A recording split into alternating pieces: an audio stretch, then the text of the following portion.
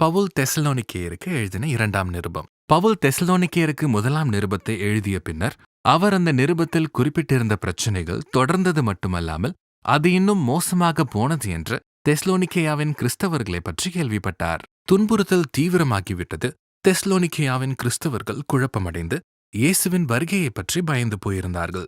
அதனால பவுல் சபையில் காணப்பட்ட 3 பிரச்சினைகளைப் பற்றிய 3 பகுதிகளுடன் வடிவமைத்திருந்த இந்த சுருக்கமான நிருபத்தை எழுதி அனுப்பினார். அவர்களுக்கு தொடர்ந்து இருக்கும் துன்பத்தின் நடுவிலும் நம்பிக்கையை கொடுக்கிறார் பவுல். பின்னர் கர்த்தருடைய நாளின் வருகையை பற்றிய தெளிவை கொடுக்கிறார். இறுதியாக அவர் சும்மா இருப்பவர்களுக்கு, அதாவது சாதாரண வேலை கூட செய்யாமல் மறுப்பவர்களுக்கு சவால் கொடுக்கிறார். இந்த ஒவ்வொரு பகுதியின் முடிவும் ஒரு சிறிய முடிவு ஜெபத்தால் தெளிவாக குறிக்கப்படுகிறது. தெஸ்லோனிக்கேயரிடம் தொடர்ந்து இருக்கும் உண்மைக்காகவும் அன்பிற்காகவும் குறிப்பாக அவர்களது பொறுமைக்காகவும் நன்றி செலுத்தும் ஜெபத்துடன் பவுல் துவங்குகிறார். இந்த கிறிஸ்தவர்களுக்கு எதிராக கிரேக்க, ரோம, யூத அயலகத்தார் அவர்களது துன்பங்களை தீவிரப்படுத்தினர் என்பதை அவர் அறிந்து கொண்டார். இந்த தெஸ்லோனிக்கேயர் மதத்தின் அடிப்படையில் சிறுபான்மையினராக தீவிரமான எதிர்ப்பை சந்தித்தாங்க.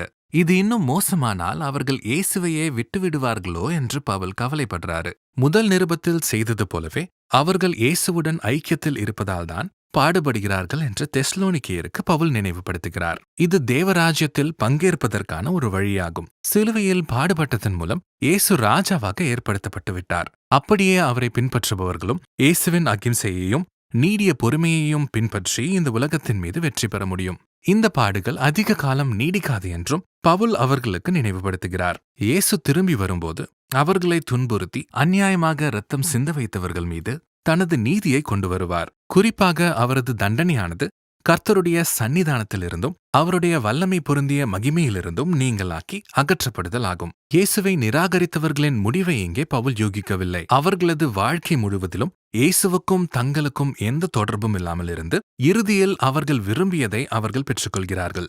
அது என்னவெனில் தங்களை படைத்தவரும் ராஜாவுமாகிய அவரிடமிருந்து முற்றிலும் நீக்கப்படுகிறார்கள். பவுலை பொறுத்தவரை இது மிகப்பெரிய சோகமான காரியமாகும்.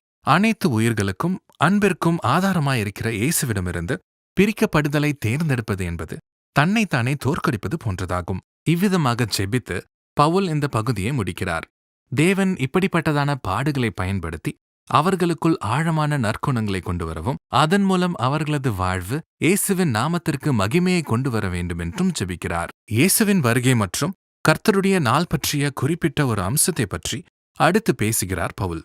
பவுலின் பெயரை பயன்படுத்தி தெஸ்லோனிக்கேயாவின் சபையில் உள்ள ஒருவர் தவறான தகவல்களை பரப்பிக் கொண்டிருந்தார்.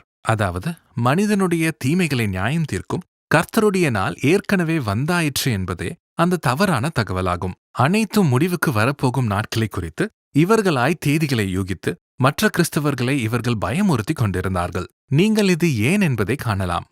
அதிகமான துன்பத்தின் காரணமாக அவர்கள் பலவீனமாக இருந்தார்கள். திருடனைப் போல இயேசு வந்துவிட்டார் என்று சொன்னவர்களை தங்கள் பலவீனத்தின் காரணமாக நம்பிவிட்டார்கள். அவர்கள் கைவிடப்பட்டு விட்டனர். அவர் தெஸ்லோனிக்கேயரை பாடுபடும்படி விட்டுவிட்டார். இப்படிப்பட்ட பேச்சுக்கள் பவுலை தவறாக காட்டின. இது அவரது போதனைகளை தவறாக சித்தரிக்கிறது. இயேசுவின் வருகை ஒருபோதும் பயத்தை உருவாக்கக்கூடாது. மாறாக அது நம்பிக்கையையும் உறுதியையும் கொடுக்க வேண்டும். இயேசுவின் வருகையை பற்றி பவுல் அவர்கள் பட்டணத்தில் இருந்தபோது கற்றுக் கொடுத்தவைகளை மறுபடியும் நினைவுபடுத்துகிறார். அதன் சுருக்கத்தை கொடுக்கிறார். அது மிகவும் சுருக்கமானது. இந்த பகுதியானது பல குழப்பங்களையும் அர்த்தப்படுத்துவதில் பல பிரச்சனைகளையும் கொண்டிருக்கிறது. ஆனால் அவர் நன்றாக தெரிந்த ஒரு கருத்தை ஏசாயா மற்றும் தானியேல் தீர்க்கதரிசி சொல்லியதை தான் இங்கே குறிப்பிடுகிறார். நேபுகாத்நேசார் மற்றும் வடக்கு தேசத்தின் ராஜா போன்றவர்கள் கடந்த காலத்தில் செய்தது போலவே தேவனுக்கு எதிராக கலகம் செய்யும் ஆட்சியாளர்களையே இந்த உலகத்தின் ராஜ்யங்கள் உருவாக்கி கொண்டிருக்கும். இந்த தலைவர்கள் தேவ அதிகாரத்திற்கு நிகராக தங்களை உயர்த்தி கொண்டு இருந்தார்கள்.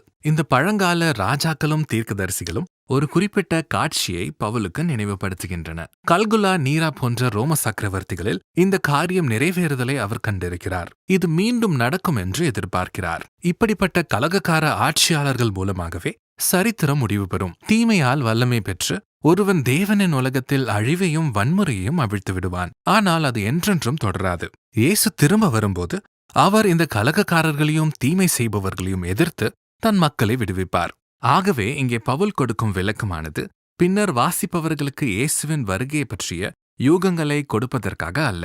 மாறாக தெஸ்லோனிக்கேயரை அவர் ஆறுதல் படுத்துகிறார். மார்க் 13ஆம் அதிகாரத்திலிருந்து இயேசுவின் போதனைகளை அவர் திரும்ப பார்க்கிறார். அதில் இயேசுவின் வருகையின் காலத்து நிகழ்ச்சிகள் பொதுவாக வெளிப்படையாக தெரிகின்றவைகளாக இருக்கும். ஆகவே அவர்கள் கைவிடப்பட்டதாக பயப்படவோ கவலைப்படவோ தேவையில்லை என்கிறார் பவுல். மாறாக இயேசு அவர்களை விடுவிக்க திரும்பி வரும் வரை அவர்கள் அவருக்கு உண்மையுள்ளவர்களாக இருக்க வேண்டும். ஆகவே தனது இறுதி ஜெபத்தில் பவுல் இயேசுவையும் பிதாவையும் நோக்கி தெஸ்லோனிக்கேயரை ஆறுதல் படுத்தி பலப்படுத்தி அவர்கள் இயேசுவின் வழியில் உண்மையுள்ளவர்களாக இருக்க வேண்டும் என்று ஜெபிக்கிறார். இப்படியே பவுலின் இறுதி கருத்து வருகிறது. இது சும்மா இருப்பவர்களுக்கான சவால். இது சோம்பலை பற்றியது மட்டுமல்ல, பொறுப்பில்லாமல் தங்கள் தேவைகளுக்காக வேலை செய்ய மறுக்கின்றவர்களையே இது குறிக்கிறது. இதன் காரணமாக அவர்கள் தனிப்பட்ட வாழ்க்கையும் ஒழுங்கற்று இருக்கின்றன. முதல் நிருபத்திலேயே பவுல் இதை பற்றி சொல்கிறார். இப்போது இந்த சூழல் இன்னும் மோசமாயிருப்பது போல் தோன்றுகிறது. ஏன் சபையிலிருந்த சிலர் வேலை செய்ய மறுத்தார்கள் என்ற காரணத்தை சரியாக தெரிந்து கொள்ள முடியவில்லை. இது முந்தைய பிரச்சனையுடன் தொடர்புள்ளதாக இருக்கலாம். சிலர் இயேசு சீக்கிரம் வரப்போகிறார், ஆகவே அவர்கள் தங்கள் வேலைகளை விட்டுவிட்டு தினசரி அலுவல்களிலிருந்து ஓய்ந்திருக்கலாம் என்று நினைத்திருக்கலாம். ஆனால் ரோம கலாச்சாரமான புரவலர் என்றும் பழக்கத்தையே பவுல் குறிப்பிடுவது போல தோன்றுகிறது. பட்டணங்களில் வாழும் ஏழை மக்கள் பணக்காரர்களுக்கு தனிப்பட்ட வாடிக்கையாளர்களாக உதவியாளர்கள் போல் மாறுவார்கள். அவர்கள் பணக்காரர்களின் தாராள குணத்தில் வாழ்க்கை நடத்துவார்கள். இதில் பல நிபந்தனைகள் அடங்கியிருக்கின்றன. இது சில நேரங்களில் வாடிக்கையாளர்களை ஒழுக்கத்தில் மோசமான வாழ்க்கை முறையை பின்பற்றும் சூழலில் தள்ளிவிடலாம். அத்துடன் இந்த வருமானமும் உறுதியானதாக இருக்காது. எனவேதான் பவுல் இவ்வாறாக சொல்வதாக தெரிகிறது. உங்களில் சிலர் யாதொரு வேலையும் செய்யாமல் வீண் அலுவற்காரராய் ஒழுங்கற்று திரிகிறார்கள் என்று கேள்விப்படுகிறோம்.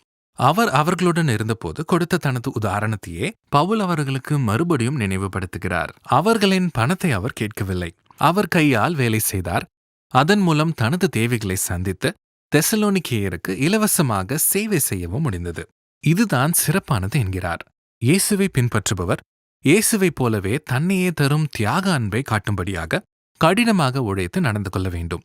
இதனால் அவர்களுடைய தேவைகள் சந்திக்கப்படுவது மட்டுமல்லாமல் பிறருக்கும் நன்மை செய்ய முடியும். தெஸ்லோனிக்கேயரின் பாடுகள் மற்றும் குழப்பங்களின் நடுவே தேவன் அவர்களுக்கு கர்த்தராகிய இயேசு கிறிஸ்துவின் மூலமாக சமாதானத்தை கொடுக்க வேண்டும் என்ற இறுதியான ஜெபத்துடன் முடிக்கிறார் பவுல். தெஸ்லோனிக்கேயருக்கு எழுதப்பட்ட இந்த சுருக்கமான கடிதமானது எவ்வாறு ஆதி கிறிஸ்தவர்கள் இயேசுவின் வருகை மற்றும் இறுதி நியாய தீர்ப்பை குறித்த செய்தியும் நம்பிக்கையும் நமக்கு கடைசி காலத்தை குறித்து பயத்தை உருவாக்க இல்லை என்று காண உதவுகிறது. மாறாக இந்த விசுவாசமானது நம்பிக்கையை கொண்டு வந்து இயேசுவுக்காக வாழும் உண்மை தன்மையையும் அர்ப்பணிப்பையும் உருவாக்குகிறது. குறிப்பாக பெரும் எதிர்ப்பை சந்திக்கும் துன்பப்படும் கிறிஸ்தவர்களுக்கு இது பொருந்தும். ஆகவே கிறிஸ்தவர்களின் அடுத்த தலைமுறைகளுக்கு அவர்கள் துன்பப்படுகிறார்களோ இல்லையோ, இந்த நிருபமானது நமது நம்பிக்கையே நமது வாழ்க்கையை வடிவமைக்கிறது என்பதை நினைவுபடுத்துகிறது. இதுதான் தெஸ்லோனிக்கேயரின் 2ஆம் நிருபம் சொல்லும் செய்தியாகும்.